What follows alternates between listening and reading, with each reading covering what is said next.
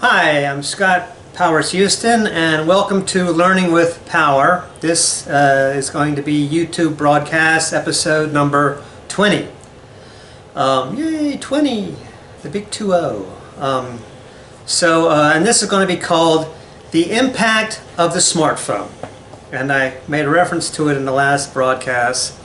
And so basically, I guess this is going to be more or less like, how the smartphone has ruined the world. But it's not going to be just me being some old geezer complaining about this new technology. Damn kids going to be a problem this generation. They're really bad. It's not like that. I'm going to give you some history about it and some historical references, and to try to put it all in perspective. And then discuss, where we're at now with it and how that can be maybe used to, to basically get some change done. Things like that. All right. So in reference to my recent broadcast that I've done. All right. So basically the smartphone, which was more or less introduced, I guess, in 2008 with the iPhone with Steve Jobs, has actually been the single most profound invention of all time. And the closest thing to it, I guess, would be like radio, which came out in 1920. I guess radio had the next most profound impact next to smartphones. But smartphones have actually really had a profound impact, and that's what I'm going to talk about. So when you talk about like the past history of things, and it's something that I want to talk about that mentioned. So like what I think is really interesting is that like every science fiction movie that you see, every movie that's about the future that you see, every movie missed it entirely. In every single movie, they completely missed the smartphone. Let me use yours, Ed. And just so there's no misunderstanding, I'm talking about these things. These things with the cameras and all that stuff. This is what I'm talking about. Okay. So, why is it has the most impact? Okay. Well, basically, it's eliminated a lot it's had a profound impact on commerce, and it's eliminated a lot of other inventions or products or whatever. Lots of other businesses, industries have been profoundly affected by the advent of the smartphone. And it's not in a positive way, I don't think personally, but it is what it is. And then also, I just also want to address real quick a social media thing that's been going around. There's a picture apparently on social media of somebody apparently using a cell phone in the 1930s, and they're like, "Oh, look, this is proof of a time traveler," because it does look like they have a cell phone in their hand. But even if you were a time traveler and you went back to the 1930s, you couldn't use your smartphone, because it's a cell phone and it needs a cell tower. You have to have infrastructure in order to use it, so it wouldn't do you any good. And the reason why you couldn't just get on it and like dial 0 and have that call Mary and say, "Mary, give me Pennsylvania 65000, is because basically they were living in an analog world, and the smartphone is a product of a digital world. So and that's a main. So the baud rate on the lines, the electric lines that were doing the phones at the time, is nowhere near able to handle information from your iPhone or your smartphone. So there's no way that you could use it. So you could have one and you could keep it charged. I mean, as long as you brought your charger and you could plug your charger into the wall, you could keep it charged. And you could keep photos and information that's on your iPhone, active, but you couldn't call anybody with it. Okay, so how is radio such an impactful invention from the 1920s? Well, so radio kind of, before radio, the way that people really contacted each other on a regular basis was actually with postcards. Okay, so with the advent of radio and then eventually with the telephone, so telephone ultimately, so let's talk about radio first. Okay, so actually a big thing that happened or that was introduced in the 1890s as far as social media, let's say, goes, was postcards. And so finally the post office offered postcards which were less expensive than to send a letter.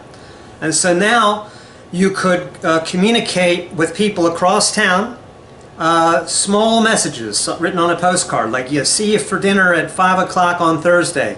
And you could mail that, you could just pop it in the mail, it would say, Joe Smith at 1516 Maple Avenue, City, is all you would need to write. And it would get there, and so people sent, sometimes 10 postcards a day. It's basically like text messaging or instant messaging on internet or even email or something. It's like that. It's basically, and that's why it's called email, right? So before it was regular mail. And so, but postcards actually had a profound influence. And by the mid 1900s, they were widely used, and then postcards are getting sent all over the place, and so they were pretty common at that point, all the way up until, well, the 1920s. And then in the 1920s, though, now you have with the invention of radio, now you have a way to reach massive amount of people instantaneously. So rather than publishing like a newspaper that then has to be distributed through outlets and people saying, here, you kids, or whatever, and people have to buy it or whatever, now you've got something that you don't have to pay to listen to, and it can reach thousands and thousands of people instantaneously with a live message, or at least a nearly live message. And this was used to tremendous effect by Adolf Hitler, for example. And in fact, without it, Adolf Hitler phenomenon probably could not have happened. He basically used radio to effectively brainwash an entire country to all get on board with a certain, narrative that was, a little bit crazy, right? We look back on it now. And so, but radio really put the kibosh, was the first thing to put the kibosh on the postcard thing. And the telephone ended the postcard thing basically in the 1930s, because by then everybody pretty much had a telephone in their house, despite the fact that it was a depression. And that's the only thing that prolonged the life of the postcard was the depression, was economics, which basically, because postcards were cheap, it's basically the same thing, the exact same thing, mechanism that's driving iPhones or smartphones and other things that are new as well. And so vaping, cigarillos, things like that are all done because they are cheap. And the reason why the smartphone has taken over, and not laptops or iPads or things like that, is because it's cheap. Everybody has one, it's cheap, and it's right there. And in a way we've gone backwards, because you've got people looking at TV shows now on a screen that's that big. And it's like 1948. In 1948 when television first came out, the screen was about that big, and it was a big wooden, monitor or whatever, a big wooden frame, big wooden case that the TV was in, and it'd be like, and we had community in those days, and you'd be like, hey, the Hendersons have a television, and everybody would go down there, and on 7 o'clock they're going to be playing Jack Benny. And so they'd all go down there and they'd meet at 7 o'clock. There'd be a big social gathering at the Hendersons' house, and everybody's like, looking around at people's shoulders, all looking at a screen that's like maybe only this big. And that was the beginning of television, late 40s, like 1948, roughly. So we're kind of going back to that. People are watching small screens again. I don't get it. I watch my TV on a big screen TV, movies or whatever. I never watch a video on a phone. I think it's ridiculous. It's comical, actually, to me. But radio had the same impact as television, but radio hit a market that never had seen anything like that before. There had never been any way to disseminate information to as many people instantly and so quickly as you could do by radio. And so that's why it had a profound impact on not only commerce, but world history, as it would turn out. Okay? And so with World War II and some of the things that happened after World War II, basically starting from the late 1800s with electricity and telephones and all the related things, phonograph and all that stuff, and also the record radio introduced records, so people were listening to records now. Mostly they were singles on 75, but they were records, and that was introduced in the 20s. A lot of things happened in the 20s. Movies started to boom in the 20s. Everything started to happen in the 20s, and radio had a lot to do with that, because radio also was the first medium that could bring advertising instantaneously to a massive amount of people. So it really had a profound impact, and nothing else. So you could say, well, television, but television was just a version of radio. Cars or whatever, that's just a way to get around town. Telephone, well, I mean, that replaced postcards basically, and because now you could talk to somebody instantaneously on the phone. You didn't have to send them a postcard and wait for a day or two for a response. You could get instant feedback. And so in schools they were teaching that technology, had gone like this, was going slow for a while, and then all of a sudden it was going vertical. And then it was going to continue to go vertical indefinitely. Well, and in fact they still teach that. Well, that's wrong. Sorry, I hate to burst your bubble, sorry to be the bearer of bad news. But what happened actually is it went like this, it went vertical for a while, but then it's tailed off like this. And it's doing this now. And really the only major invention, world-changing invention that's happened since the 60s has been the smartphone.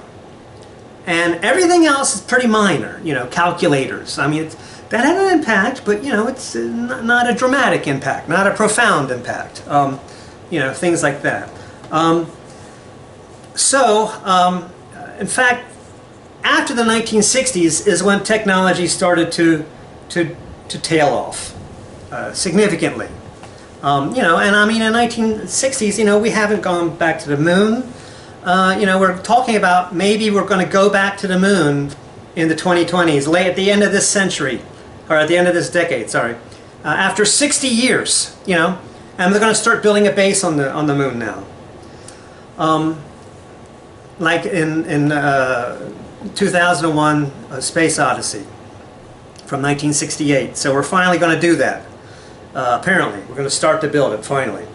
And then another thing that's happening in the 2020s is AI. But after the smartphones, so there were several inventions that came on. There was several changes and inventions. There was the iPod, there was Blu-ray, things like that. I mean, there were several inventions that had happened in the 2000s that did change our lives a little bit, and ultimately culminating in the smartphone. But in the 2010s, there was nothing new. Everything that happened in the 2010s was just a byproduct of the impact that smartphones had. And so industries started to go by the wayside, lots of industries started to go by the wayside, and other industries started to change a bit, and the impact, the full impact on that was realized throughout the 2010s, but nothing new in the 2010s.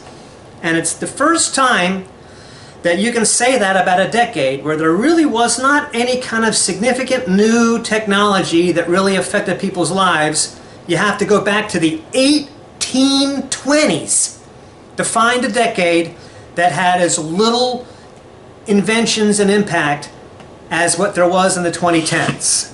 So I'm sorry to say, but we've done this. We've done this.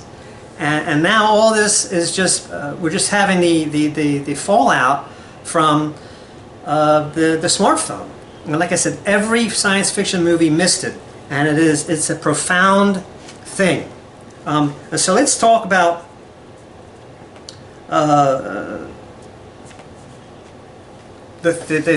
what has been replaced. Okay, well, first of all, one of the reasons why this has happened, there's two reasons. One is because of physical limitations. So the reason why we haven't, set up people on Mars and we don't go to Saturn and stuff, so in the 60s you had the Star Trek, but also the Jetsons and things like that, and I remember I've got like a pamphlet from like 1952. It's like it's like a magazine kind of, and it talks about the world of 1960. Wow. And you open it up, basically they predict that by 1960 everybody will get to work by a helicopter. No more cars, no more sitting in traffic, everybody's going to get to work now by helicopter. And that's what they predicted. One of the big things that they predicted. And so they've been predicting, things like that. And even when I was in school as a young person in the 70s, they were saying, by the year 2000, we're going to have flying cars and we're going to have conveyor belts, where people are going to, through all the cities. And so instead of sidewalks, you're going to have like these, everybody's going to be just riding on like a conveyor belt, across. You don't have to walk anymore on sidewalks, kind of like what they have in airports now. But the idea was that it would be all the cities, all the sidewalks would be turned into like these conveyor belt things, and and at your house, you would just snap your fingers and you would say, waterfall, and then like a whole wall would be like a screen, and it would like turn into a waterfall, and it would look like the side of your house had was like the jungle or something like that, as like scenery or things like that. And a lot of other things. A lot of stuff that didn't happen. Certainly hasn't happened. It certainly didn't happen by the year 2000. And it's because technology slowed down. And so one thing is limitations. So first of all, like we eat with spoons today. We ate with spoons in the 1600s. And the reason why that hasn't really evolved, even though there's been plastic spoons and modifications and stuff, is because we're still humans. I mean, we still have to, ultimately we still have to eat actual food and put it in our body. So it's a human physical limitation. And there are other limitations, like you can't just jump in a spaceship and fly to Saturn like it's going to the supermarket or something, because it's too far. And there's limitations, There's not only having the kind of power, whether it be nuclear power or whatever they use to ultimately travel through space, but you're also talking about the limitations of human body, and if it goes too fast, too close to the speed of sound, what happens to you and things like that. I mean, and distant galaxies and stuff are just are light years away. I mean, that means that's the fastest thing that you can. There's a speed limit. It's called the speed of light, and that's a hard speed limit. You can't go past that, and so that makes everything really far away. And so these are limitations. But you also have corporate limitations. And because corporations control everything and they run everything, you have to be part of a corporation in order to introduce new concepts and new products and new ideas. A good example of this happened in the early 80s, with the battle between Betamax, Beta, and Sony, which ultimately Sony won. Why did Sony win? Because it was a superior product? Because that's what Adam Smith says? No. Sony won because they were a bigger corporation and they had more money and more power and more marketing, and that's what we got. We got their version of video cassettes and not Beta. Even though Beta was superior in every way, it didn't win.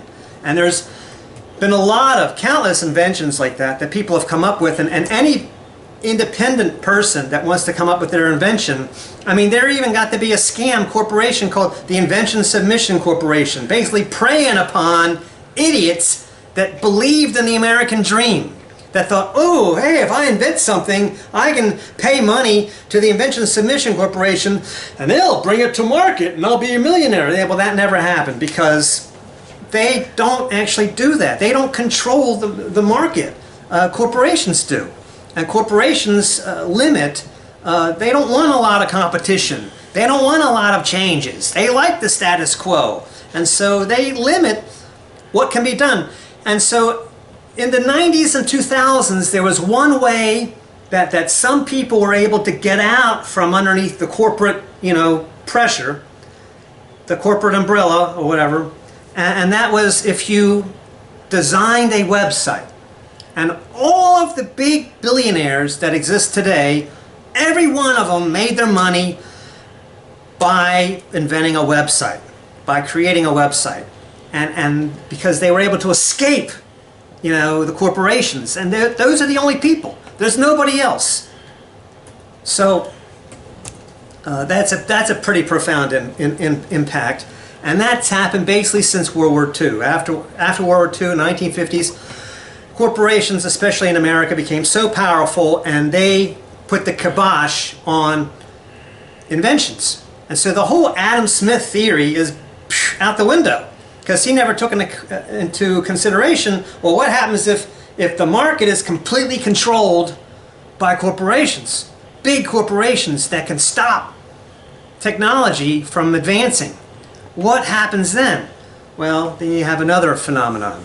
Okay, so what has the smartphone eliminated or made obsolete? Okay, and it's a tremendous list. Okay, and so here I have another notebook where I start talking about it. Okay, so here's some of the things. Okay, so with cars, for example, no more backyard mechanic. Now you have to take your car, if you get a new car, you have to take it into the dealership if you want anybody to work on it. In fact, in some cases, you have to take some cars into the dealership every time you just even want an oil change. And in fact, like on my Toyota, the corporation sends these like updates once in a while, and if they want, they could lock me out of my car and prevent me from being able to start it or even to get into it or whatever. And or they can make an update that says that that can control how I use the car. And I paid cash for this thing, and you would think that I would own it outright. And my question is, who owns my car? Do I own it, or does Toyota own it? I mean, theoretically, according to the Constitution, the way America's supposed to work, I'm supposed to own my car because I paid for it outright, cash. It's supposed to be mine, but it's not. It's not totally mine. It also belongs to Toyota still, part of it, and they still have control of it in many ways. And so backyard mechanics, not anymore.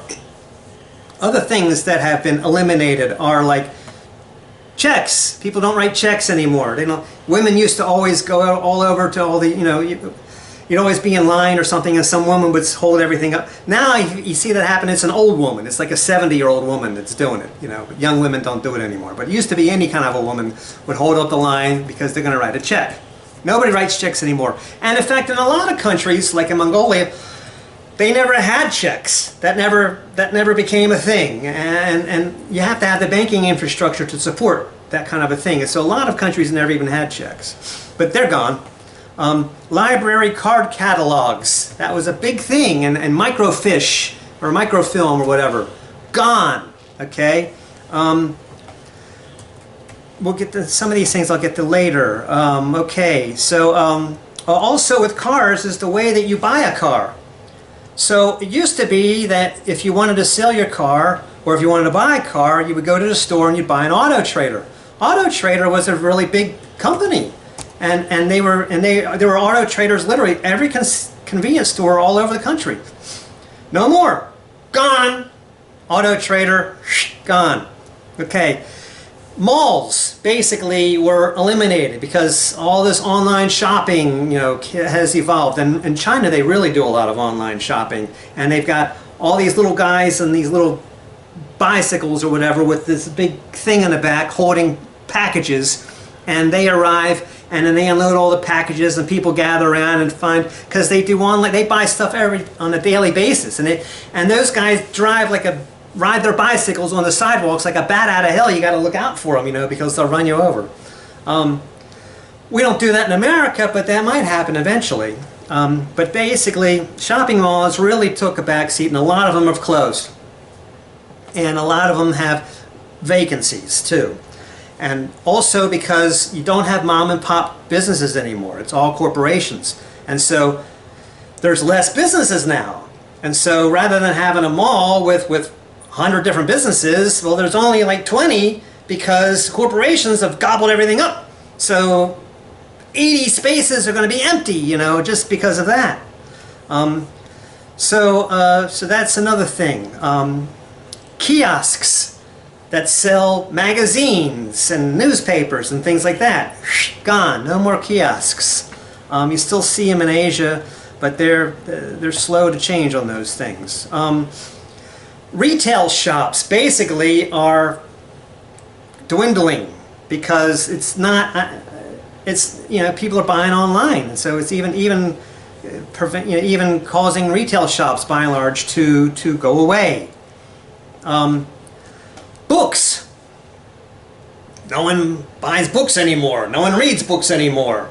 You know, books are done. I mean, it used to be people that wrote novels in 1910 or 1920. You know, I mean, F. Scott Fitzgerald made himself an instant millionaire at like age 23 or something when he wrote The Great Gatsby, because books and novels were really hot at that time still. But then that's one of the things that radio actually kind of put a kibosh on. But now they're totally gone. People don't do books at all anymore.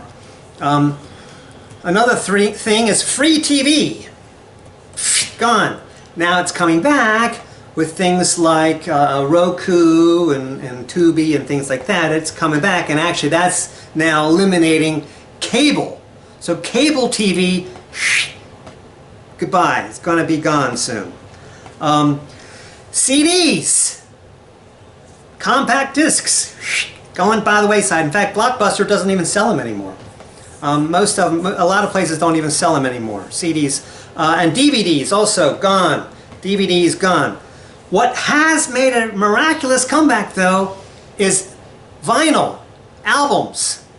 In fact, they sell more vinyl now than they sell CDs. You go to Walmart, they've got a big section of vinyl, new printings, like new printings of Dark Side of the Moon, and they don't hardly have, they've got no CDs at all. That I didn't see coming. That's very strange. I don't really totally understand that. Also, video rental stores, CD and record shops, gone. These are big corporations, gone. Get to some of that other stuff later. Stereos, boom boxes, gone. Clocks even, gone. Calling the operator on the phone and asking for the time, TI 1212, whatever it was. TI 5551212, something like that. To ask for the time, gone. Clocks, gone. Old-time clocks, gone. Cameras with film. And you have a camera and you open it up and you put in your film and you're ready to take pictures. Gone. Cameras, gone. Film, gone. Photo printing, gone. People hardly do that anymore. CB radios.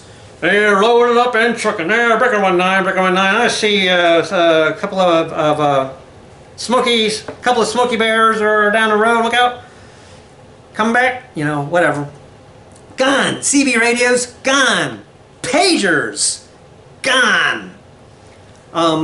Phone cards. Remember, people used to have a phone card, and you could make an international call, or Sprint had phone calls. You could make long distance calls and stuff with a phone card. Gone. No more phone cards. Phone books. Yellow pages, white pages, gone. An entire industry, gone. Yellow pages was a huge business, gone. White pages was a way that you could find anybody anywhere in America. Back when we used to have this thing called community, and people used to get along with each other a little bit better, gone. So you used to be able to go to a big library. They would have a collection of like every phone book in the United States. You could pull one out from like Denver. Let's say you're looking for someone in Denver. Look up the person's name, John Jackson. Open it up. find his name and address and his telephone number right there in the phone book, and you could call him and contact him that way. Now, I guess you can contact people through Facebook and things like that, but it's hard to, it's hard to find people. It was actually easier before. Phone books, gone. Landlines, gone. I would still have a landline personally, but having this stupid cell phone is actually cheaper than having a landline. I mean, why have a landline? It doesn't make any difference. I have it plugged into the wall, and it sits on a table, and it rings, and I go from wherever I am in the house, and I go and I answer the phone. It's the same as if it's a landline. There's no difference, and I frequently forget to bring it with me. Except my car always goes, beep, beep, beep, you're not connected. So I have to bring my phone if I'm going to drive my car, or else my car freaks out about it. Yeah, you don't have your phone, what are you going to do? But otherwise, I don't even bring it with me. Can't be bothered. Personal mail.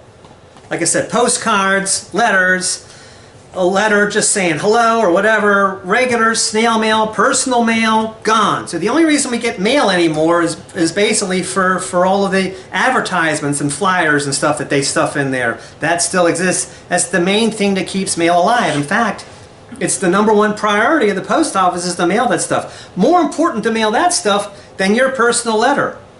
So even greeting cards are kind of going by the wayside. Now we've got digital and virtual greeting cards, so that's also going by the wayside. Payphones, gone. That was a whole cottage industry. You could own like 10 different, where people could actually make themselves wealthy without being dependent on corporations. And you could start out with 1 or 2 payphones for only $1,500 a piece. And you could get to where you had maybe 20 or 40 payphones around the city. And you could make a pretty good income without having to rely on corporations to give you a job. Gone. Gone. Payphones, gone. Different types of phones that we used to use, like the Blackberries. Blackberries, that was a big thing for a while. Gone. Like I said, cable TV, gone. Laptops are not really used anymore. And notebooks that people actually write in, gone. I mean, you can find them, but it's very hard to find a notebook anymore. And I, of course, use them a lot. But basically, notebooks, gone. Sports collectibles, and really all types of collectibles, that's anything that's ephemera. So like printed stuff. So you go to a ball game now, and I used to buy a program or a yearbook, and maybe a button, and I would score the game in a program, and I would get a schedule for the upcoming games, and I would have a ticket stub, or maybe 2 ticket stubs if somebody else gave me theirs, and gone. You go to a ball game now, and there's none of that stuff. All that stuff has been discontinued. No more. No mas. Collectibles in general. No mas. Gone. Classifieds. Getting a job now is so much harder than it used to be. Because before, all you had to do was just go down and get a newspaper, open up the classifieds, and the classifieds would tell you what company was looking to hire somebody for a particular position right now. Now, the way you have to apply for a job is you have to decide on a company that you're interested in, go on that company's website, and fill out a big, long application. So it used to be that you could just call a place and say, do you still need somebody? You do. This is my qualifications. Okay, you set up an interview, you go down there, you meet with the guy. If they hired you, they'd say, hey, you're great. How about you start on Monday? Go to personnel and fill out an application. You didn't have to fill out applications for every single company that you called or contacted, but now you do. Now you have to fill out an application online for each and every single company that you apply for individually. That makes getting a job a lot harder than it used to be. And so all these companies are complaining, oh, we can't find enough personnel. Then make it easier to get a job. Don't make it so hard anymore. You know what I mean? Make it easier to get a job, and you might have a few more applicants. I don't know, just an idea, So one of the ways that they could make it easier is if they would answer their telephone. So customer service, another thing, gone. No more customer service. You can't just call a company on the phone anymore. They don't answer the phone. So of course, so trying to get a job, you want to call to see if they still need somebody for this position, they won't answer the phone. So you have to do everything online. It's all impersonal now. They're hiring an online profile. Calling a taxi, that's not done anymore. Now it's Uber, and who you get as a driver, good luck. Good luck, because they're not licensed probably. So that's gone. Collecting stamps, or even having cancellations on stamps. Mailing a letter with a cancellation and gone.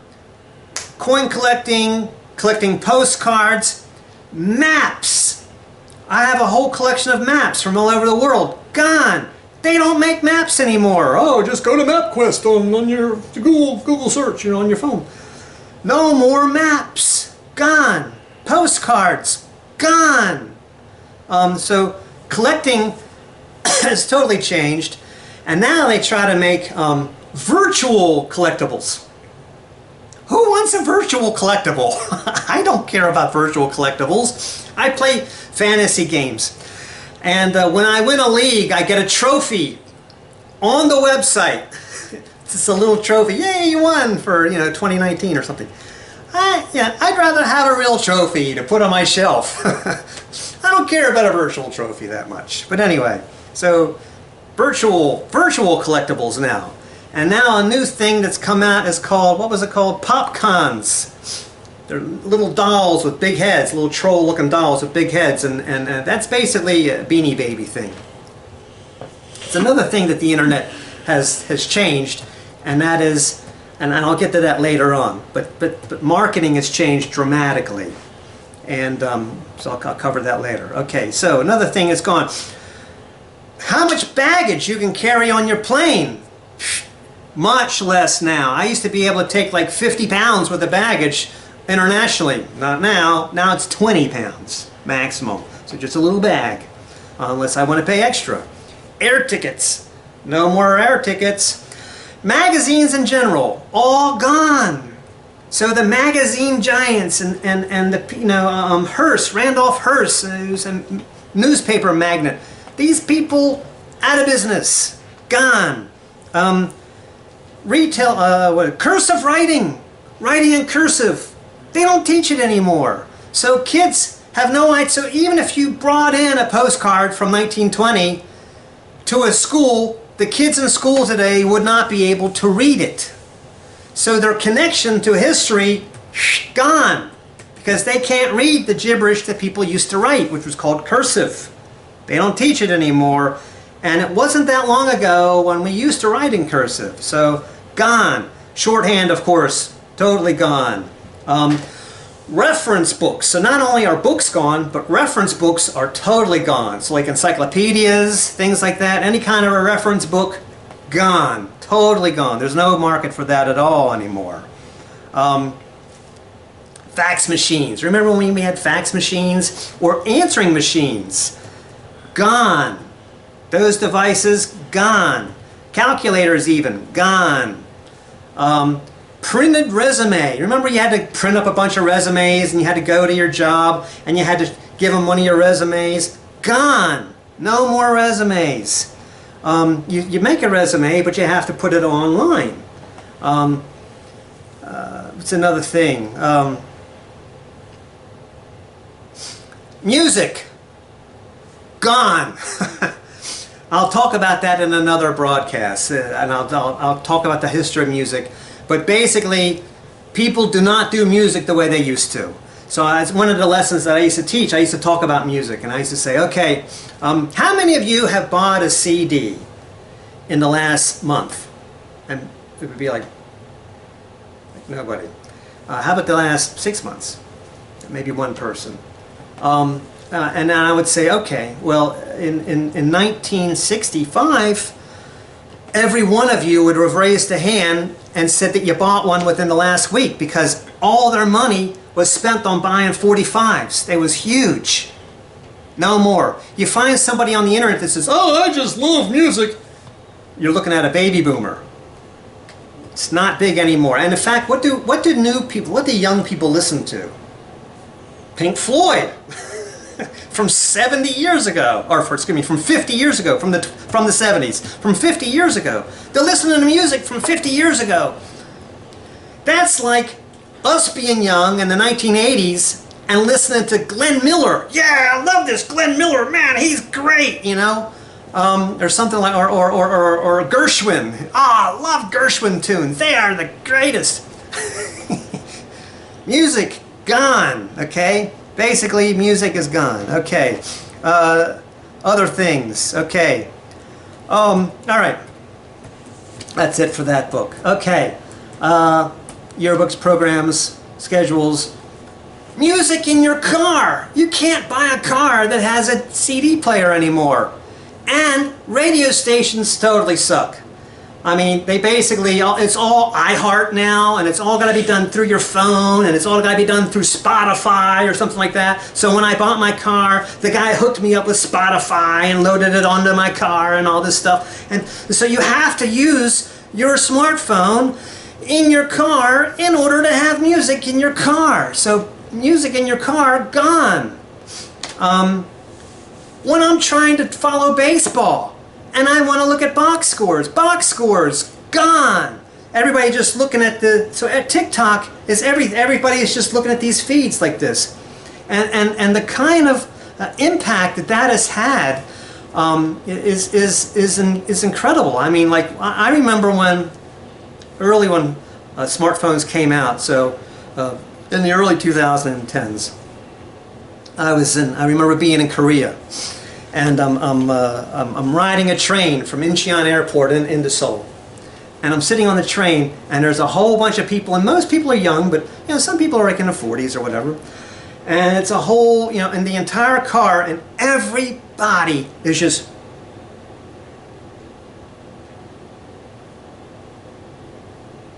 on their smartphones. Everybody was looking down at their phone. Everybody. Nobody was talking to each other. Nobody was even looking at each other. I thought to myself, you know what? I could be sitting here stark naked and nobody would notice. They would never know that I was... nobody would even notice. So that was, you know, and that's a new thing. That's a new thing. So what happened, though? So what do corporations do with this profound impact on commerce? And another thing about smartphones is you must use them. I mean, it used to be a choice, you know, when cars came out, if you still wanted to do horse and buggy, you could. I mean, you know, but you must use smartphones now because you don't have an option anymore. You can't do things other ways. You can't do it the old way. It's gone. It's eliminated. You must have a smartphone. You must buy this. You must subscribe to internet. You must, or else live in a hole somewhere. No other invention has been that controlling of how we live our lives. I mean, it's not by choice. You don't choose to do it. You have to. You must. It's always disguised as, oh, isn't it cool? Oh, look how convenient it is. Oh, look how wonderful it is. But not to me. To me, I'm being forced. You use a smartphone or else you're gonna die, you know. To me, that's how it is. I mean, I hate them. I have to use them. And that's what I hate about them, is that I have to use them. I must use them. That I don't like. That I don't think is fair. So what happens throughout the 2010s? All these businesses have dis-a-frickin-peared. Gone. That's a tremendous impact on the commerce. Sure, yeah, sure, Apple became super huge, became the biggest corporation in the world. But all these other smaller corporations, gone. So what happened? So enter COVID. So COVID-19 very conveniently comes along in 2020, and corporations say to themselves, oh, here's a way that we can eliminate payroll. We can get rid of all customer service. We can make everybody impersonal and impartial. We can really force people to use the iPhone now because it's impossible to do it in person. It can't be done. You have to do it, you know. And so And the customer service never came back, and that was the intention. And that's why COVID was made such a big deal. That's why the corporations made COVID such a big deal. Yes, it was a real disease, and no, it wasn't necessarily a conspiracy by the Chinese. It may have come from there, but I don't think it was intentional. It was just a convenient thing, because we've had other pandemics. We had a pandemic of the Asian flu in 1969. But did we worry about social distancing? No, we had Woodstock. Talk about violating all of the CDC protocols. Woodstock. It's the ultimate violation. Nobody cared about or worried about the pandemic. Were people getting the flu? Were they getting sick? Were some people dying from it? Yes, that was happening, but it wasn't that big of a deal. But in 2020, it was a really big deal. Now, me personally, what I really hated about COVID was that they said, if you don't get the vaccine, you will get COVID and you will die. I mean, that's what they were telling us. Literally, that's what they were telling us. On the internet, everybody on the internet was all saying that. Well, I never got the vaccine. I never got a booster shot. And I never got COVID. And I didn't care about social distancing, and I've rarely ever used my mask. Only if the store said you can't come in without one. I only did social distancing if somebody got upset about it. Like, yeah, dude, man, back up, you know, something like that.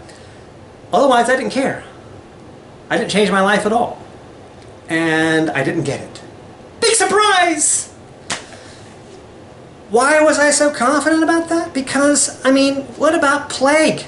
You will get it and you will die. Well, what about plague? Plague was worse than COVID. But not everybody got it. And we didn't have vaccines in the 1600s. But not everybody got it. People survived. Mankind went on. Some people never got the plague. Not because they had a vaccine, not because they did social distancing, not because they wore a mask, not because of any of those things. They just didn't get it. Because none of those diseases can get everybody. You know, everybody's got a different set of immunities, basically. So anyway, I knew it was BS right from the beginning. But what it's done now is it's eliminated customer service. Okay, and really, what it was all about, all the social distancing is social distancing. Actually, I don't even know where the science is on that. Whatever. But what it really was all about is that, I mean, let's be real. We didn't want to get people's cooties, right? Oh, you stay away from me. I don't want cooties from you. And that's really what it was all about, wasn't it? And people are still like that. Young people are extremely rude, really unbelievably rude. When I go walking, young women won't even look at me. All I'm asking for is just that. Just acknowledge that I'm a human being. Because otherwise, to me, walking past somebody, walking down, passing them, and to not even acknowledge that the person's even there, to me, that's weird. That's kind of weird, you know. That's weird. And it's also rude. You know, I feel like I'm a black person in New York City in the late 1800s, you know. That's basically like a black man in New York City in the late 1800s. That's how I would be treated. Oh, what? You know. And men are like really weird.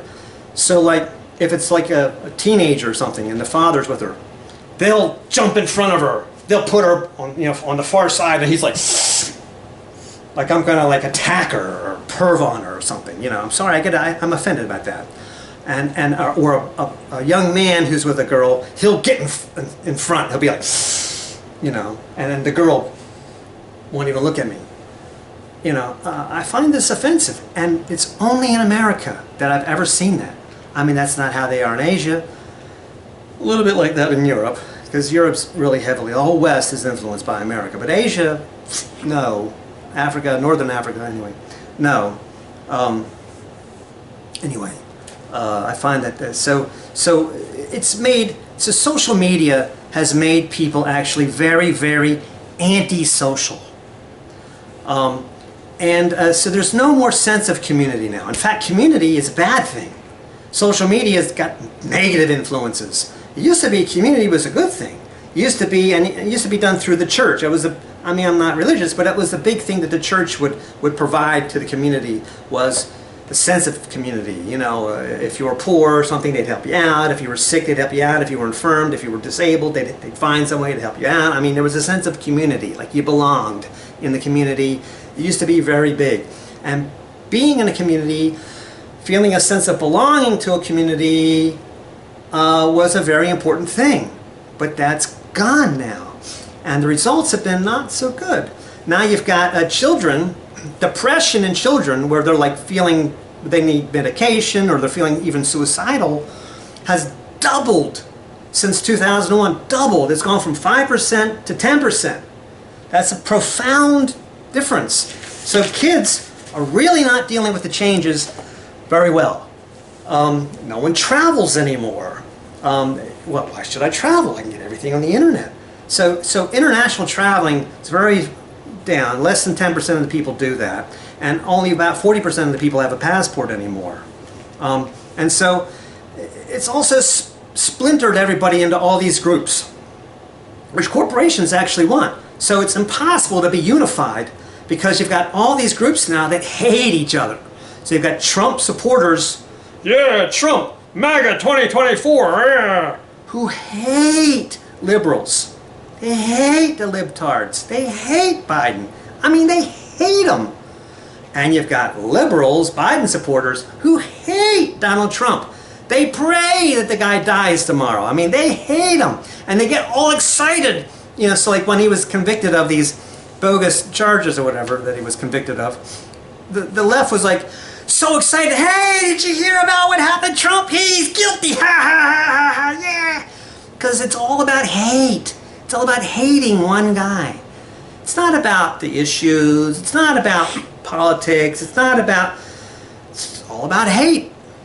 You're on that side, and we hate that side, you know. And so, really impossible to have a unified masses, divide and conquer, you know. And that has resulted in losing the power of recall. We can no longer recall rogue presidents anymore. That's a problem. And so now all of our unalienable rights are being alienated. Big time. Because we're not even allowed to think for ourselves anymore. Another problem is that we have no more, you know, the integrity of news is gone. Fake news. It used to be that, you know, if you didn't research your sources and verify your facts, that you couldn't report it. Now you can report anything. You can make stuff up. Fake news. It's all good. And how does anybody tell the difference? Very hard to tell the difference. And because corporations are like controlling everybody's mind, they're like saying, oh, this is the best world. You can't do anything better. And so there's no more activism on universities. Now there has been about the Palestinian thing. And I'm kind of glad to see that. But in general, activism about, you know, trying to discuss different political groups and things like that, I mean, basically it's gone, you know. Basically no more activism. Okay. And this all is exactly how corporations want it. They want it to be this way. They do not want people to be unified. But we're going to need to unify in order to beat them. Because we can't beat them with arms. We can't just, you know, live in Idaho and declare independence and have a bunch of guns and everything. You know, we're not going to beat the corporations that way because they control the governments and the militaries. And you're going to have, you know, shotguns at a Black Hawk helicopter war. You know, it's not, and drones. It's not going to work. We're going to have unity eventually if we want to have any kind of positive change for the people and for the community that we all live in. That needs to happen. So, you know. All right. So that's it for this episode of Learning with Power. I'm Scott Powers Houston. Please remember to like, share, subscribe. Would be great. And this was episode 20. And we'll see you next time for the next episode. Thank you very much for tuning in. Take care.